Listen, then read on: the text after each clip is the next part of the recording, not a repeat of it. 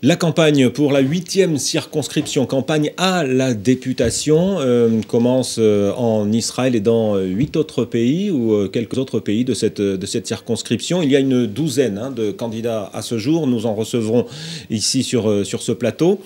Aujourd'hui, c'est Ghislain Allon. Bonsoir. Merci de me recevoir. Alors, on vous connaît, en tout cas on se souvient de moi peut-être. On se souvient de vous. Vous êtes, aux surprises, candidat à la députation de cette 8e et vaste circonscription. Et passionnante circonscription. On oublie que les phares de la civilisation sont intégrés dans cette Europe du Sud. Jérusalem, Israël évidemment, Rome, Athènes, Constantinople, oui. Que demander de mieux? Et puis les petites perles de la couronne, c'est le Vatican, Malte, Chypre, etc. C'est extraordinaire. Le challenge. Député du bassin méditerranéen, vous vous rendez compte? Quel rêve. Nord et ouest. Alors, qu'est-ce que vous venez faire dans cette course à l'élection? Qu'est-ce qui vous a décidé et qu'est-ce qui va faire votre spécificité? On va essayer de répondre à toutes ces questions. Auparavant, comme chaque candidat ici, vous avez 2 minutes pour vous présenter ou vous représenter. Alors, ce qui m'a décidé, évidemment, c'est mon parcours. Je suis de formation philosophique, journalistique. J'ai fait des dizaines de documentaires, de films, mais j'ai surtout fait, vous le disiez tout à l'heure, j'ai bâti le réseau de télévision juive dont Guizen est la suite. Vous reprenez tous les réseaux que j'ai modestement construits à force de batailles dans les cabinets ministériels, ne l'oublions pas, économiques, etc. Une chaîne, puisque c'était une chaîne juive, mais francophone, était complexe à construire. C'était des relations politiques, c'était des relations économiques au plus haut niveau, et j'aimerais faire profiter de cette expérience la 8e circonscription. Donc tout ce bassin que je connais pour l'avoir filmé dans tous les sens et étudié. Alors je suis philosophe en Grèce, j'ai des parents héritiers de l'Empire, enfin héritiers qui vivaient dans l'Empire ottoman, donc je parle l'italien puisque j'y ai vécu. Et puis alors évidemment la France. Bon, alors je suis à la croisée des chemins. Voilà. Vous avez employé une terminologie, c'est pas un hasard, vous dites cabinet ministériel, contact à haut niveau, vous connaissez du beau monde. Vous sous-entendez que cela va vous servir pour cette campagne-là, cette nouvelle vie politique qui s'offre à vous? Absolument. J'ai appris qu'on devait être mandaté par quelqu'un. À l'époque de TFJ, j'étais mandaté par une communauté juive que je représentais de force, si on peut dire.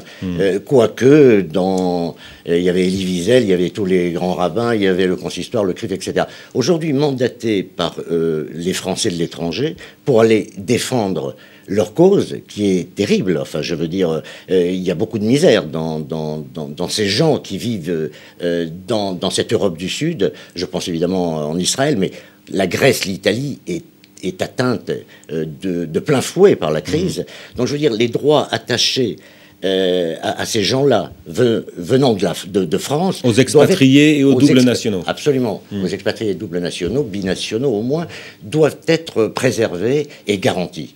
Et c'est un peu la bataille. Parce que finalement, TFJ, pour en revenir, et on va arrêter d'en parler, c'était un problème également économique. Il fallait avoir beaucoup de subventions, d'aides. Il fallait frapper à toutes les portes. Ici, j'ai vu, je connais un peu tous ces pays, que les Français sont un peu lâchés par la métropole. J'ai l'impression, je vis en Israël depuis quelques années, que Israël, mais la Grèce, la Turquie, n'en parlons pas, l'Italie, sont un peu, je vais un peu loin, j'ai l'impression que ce sont des territoires abandonnés de la République française, d'une certaine manière. Tout y est cher. Les produits culturels, pour s'y rendre, les billets d'avion sont hors de prix. Rien n'est vraiment garanti. C'est presque un tour de force que de vivre sa vie d'expatrié à l'extérieur. Je me demande pourquoi. C'est une grande interrogation. Et j'aimerais mettre mon expérience, mon énergie, ma passion pour ces gens. Et pour ces gens, j'en fais partie. Et pour défendre leur cause. Rabibocher le lien... Ghislain Allon, vous dites que vous êtes installé en Israël depuis quelques années. Quels problèmes concrets, vous avez rencontrés en tant qu'expatrié ou binational?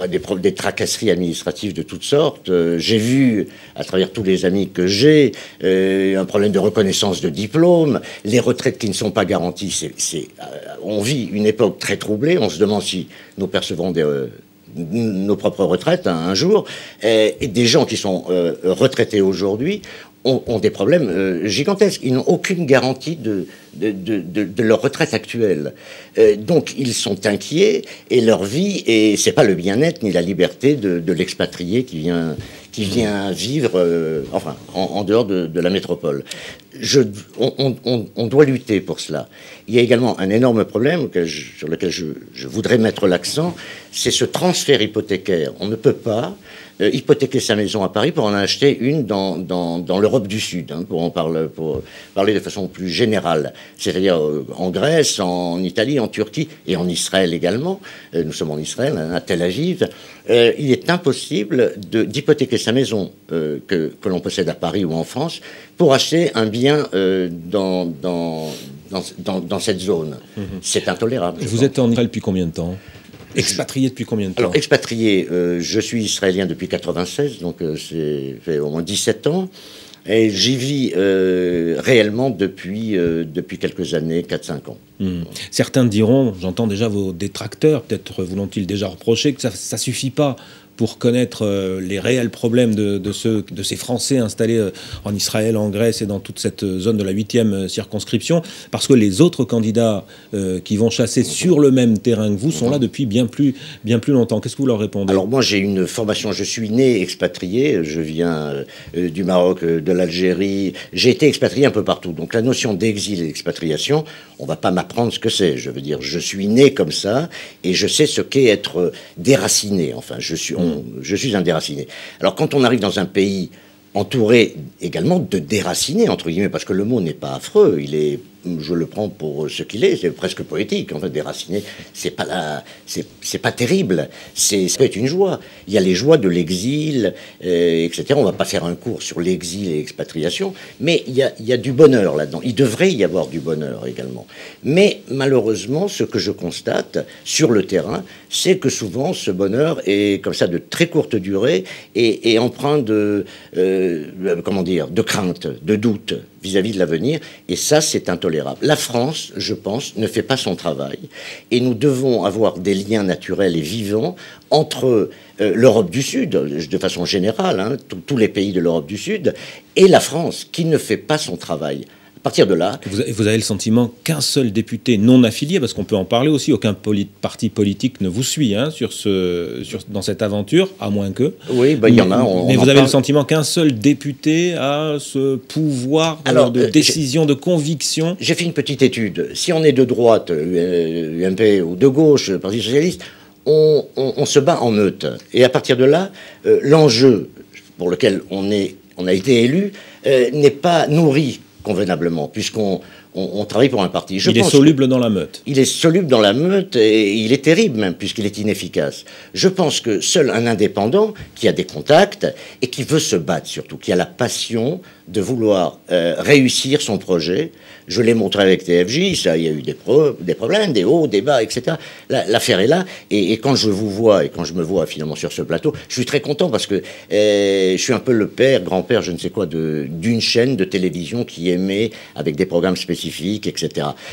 Donc il faut se battre, et la passion, je l'ai. Et je voudrais donc y aller pour résoudre les problèmes. Mais vous n'y allez pas tout seul. La rumeur circule qu'un certain Francis Lalanne serait votre colistier. Non, alors cette décision, c'est une rumeur, je tiens à le préciser. J'ai la chance d'avoir beaucoup de possibilités. C'est une chance avec des noms un peu prestigieux, mais surtout prestigieux par l'intelligence et la faconde et puis l'emprise, parce qu'il faut des gens qui peuvent pénétrer le pouvoir de l'intérieur. Je veux dire, frapper au cabinet d'un ministre ou de gens très riches. Et Francis Lalanne a cette capacité-là ? Francis Lalanne et d'autres. Je pense qu'il faut s'entourer de gens qui peuvent défendre les dossiers et aller là où il faut, et non pas crier dans la rue ou dans le désert. Je pense que seul, pour reprendre un peu l'argument que j'essaye de développer, être seul n'est pas un handicap, parce que on défend des gens également qui sont seuls d'une certaine manière. À partir de là, on doit peser politiquement.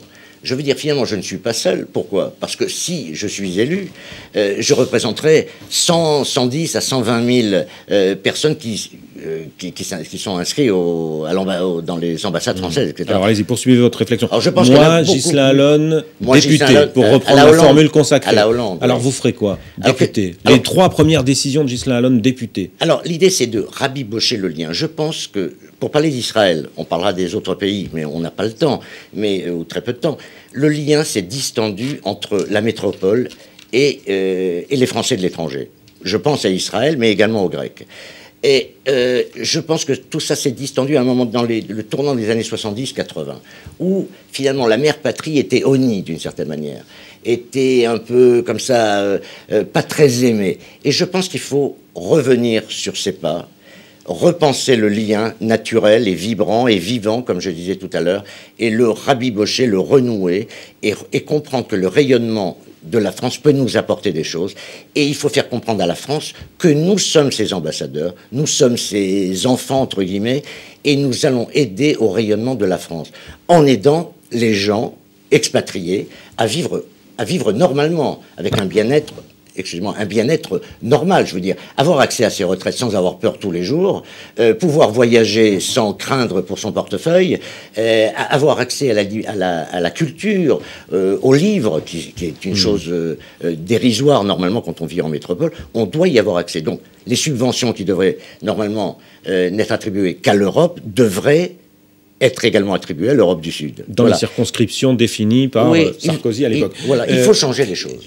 Qu'est-ce qui fait la différence entre vous et les autres candidats? Je vois déjà un lien entre vous tous, c'est que vous êtes pratiquement tous journalistes, anciens journalistes. C'est étonnant ça. Hein. Alors, les journalistes qui entrent en politique, on avait vu ça en Israël, ça arrive dans la 8e circonscription maintenant. Oui, mais ça arrive un peu partout. Pourquoi? Parce que finalement le journaliste a des liens avec les politiques. Non pas des liens de concussion ou de malversation ou je ne sais quoi. On les fréquente régulièrement, on fréquente également les milieux économiques au plus haut niveau, et finalement ce métier est une sorte de passerelle. À partir de là, on voit les failles, plus que les autres. On ne les dit pas toutes, on ne les montre pas toutes du doigt, on le met de temps en temps, on met le doigt là où ça fait mal, mais cette proximité avec le monde politique et le monde économique nous aide. Et voyant les failles, on a envie d'y aller. Et on se dit, attends, je vais y aller. Je vais y aller, je suis un homme politique également. Ils m'ont formé sur les plateaux. Et qu'est-ce qui fera la différence entre vous et les au moins 4 autres candidats journalistes qui se présentent dans cette 8e circonscription? Quel est le plus pour vous? J'ai posé la même question. Alors le plus, c'est que pas mal de candidats que je connais ont été mes stagiaires, mes collaborateurs, etc. Je ne peux citer aucun nom. Donc à partir de là, j'ai peut-être une antériorité sur l'âge, sur une expérience. C'est un peu léger, hein, c'est léger comme argument. Ouais. Ah bon, moi je pensais que c'était lourd. C'est une sorte de maturité, une espèce de maturité. Je pense connaître, pour avoir sillonné tous ces pays, les connaître de l'intérieur, et je pense pouvoir solutionner des problèmes par une énergie. Je mettrai évidemment toute mon énergie dans cette députation, si je suis élu, évidemment. Alors est-ce que vous allez faire comme les autres? C'est-à-dire que Israël, c'est la plus grande circonscription, il y a le plus grand nombre d'inscrits franco-israéliens, le plus grand nombre de votants, donc potentiels. Vous misez tout sur Israël? Non, Israël est une très importante circonscription pour moi. Très importante, parce qu'elle est douloureuse. Allez-y. Pardon. Elle est douloureuse, et à partir de là, on s'intéresse aux douleurs. Mais la Grèce également est en pleine douleur, on le sait avec la crise, faillite des banques terribles. L'Italie également, ne parlons pas de la Turquie qui vivote au lieu de s'épandre. Vous allez aller visiter tous ces pays, aller au contact de vos électeurs. Vous les connaissez, mais est-ce que vous allez y aller jusqu'au jour J? Absolument. Je vais parcourir tous ces pays, puisque je les connais. J'y ai des amis, des relations intenses, profondes. Donc, sans aucun doute, j'irai là. Et je pense que ça fait partie de la mission que je m'assigne. Bon, et puis la campagne a pratiquement déjà commencé. En Israël, il y a déjà des réunions, les QG de campagne qui se réunissent. Vous palpez le terrain et vous le trouvez plus mobilisé qu'il y a 2-3 mois pour les premières élections qui ont été invalidées. Ou est-ce que c'est le désert total et il va falloir réveiller... Il n'y a pas de motivation. Remettre en route la machine. Je disais tout à l'heure que le lien entre la France et les expatriés se porte mal. Il faut le rabibocher, montrer que le rayonnement de l'un peut aider au rayonnement de l'autre. À partir de là, c'est un travail de tous les jours, et je dirais pas philosophique, parce que c'est ma formation, mais quand même, ça demande une réflexion. Pourquoi les causes, pas psychanalytiques, mais les vraies causes. Moi, je pense qu'elles sont surtout économiques, en réalité. Elles sont pas philosophiques, elles sont économiques. La France n'aide pas ses expatriés et ses Français de l'étranger. Elle les a quelque part abandonnés. Il faudrait aller sur les bancs de l'Assemblée nationale, voir tous les ministres les uns après les autres, et les médias que je connais, pour leur secouer les puces, voilà, ouais. Secouer les puces pour leur dire, mais il y a une population extraordinaire qui peut aider au rayonnement de la France, vous l'abandonnez. C'est intolérable. Vous l'abandonnez dans une, je ne dirais pas une misère, mais oui, une insécurité. Je pense évidemment aux retraités et à tous les jeunes. Les bourses d'études sont presque insignifiantes. On pense à nos enfants, etc. Les stages, impossible d'avoir un stage en Israël. Je demande à la France, en réalité, si je suis élu, j'irai me battre, comme j'ai construit TFJ, j'irai me battre pour construire des plateformes dans les pays de l'Europe du Sud, des plateformes économiques et sociales, pour donner des emplois aux Français de l'étranger. C'est très intéressant ce que vous dites, mais c'était pas ma question. Ma question, c'est est-ce que vous sentez que la base, les électeurs, sont mobilisés pour ce troisième tour, finalement, 3 et 4e tour? C'est 2 fois qu'on les appelle à voter. Je pense qu'ils vont être mobilisés. J'ai une équipe de choc. Je suis très heureux. J'ai une dizaine de personnes autour de moi qui m'aident. Donc ça veut dire qu'ils y croient, qu'ils croient dans cette campagne et qu'ils croient dans la nécessité de se battre. Et je pense que même si ça n'est pas encore motivé, on a encore 2 mois pour réveiller les gens, donc à travers tous les pays de la 8e circonscription, se battre de ville en ville, des flyers, les réseaux sociaux sont très importants, Twitter, Facebook, réveiller les gens et montrer l'importance du combat politique. Je crois qu'on l'a un peu oublié depuis quelque temps ici, parce que je parle de Tel Aviv, mais dans tous les autres pays. La crise aidant ou aggravant les choses, les gens ne croient plus dans la politique. Je crois que c'est une grande erreur. La France est un pays de représentation démocratique. Quand vous êtes nombreux, on vous écoute. Si je suis mandaté et si je représente un nombre aussi important de gens, je vais continuer un peu mon discours. J'appellerai la France à investir de l'argent du gouvernement, ici, dans les pays de la 8e circonscription, qui est le rayonnement. La France était un des pays rayonnants ici. Faire venir de l'argent, construire des entreprises, des universités. Voilà, je ne suis pas un utopiste. Je sais que si on se bat, on peut avoir tout ce qu'on veut. Voilà. Et demander à la France ce qu'elle doit à ses Français de l'étranger. Voilà, je vois que le rythme s'accélère. Vous avez compris que l'émission était terminée. Voilà. Ce sera donc vos mots de conclusion. Tellement de choses à dire. Voilà, je me battrai jusqu'au bout. C'était Ghislain Allonne qui était l'invité de Guisen TV pour cette candidature à la députation dans le cadre des élections de la 8e circonscription des Français de l'étranger. Et l'info continue sur Guisen TV.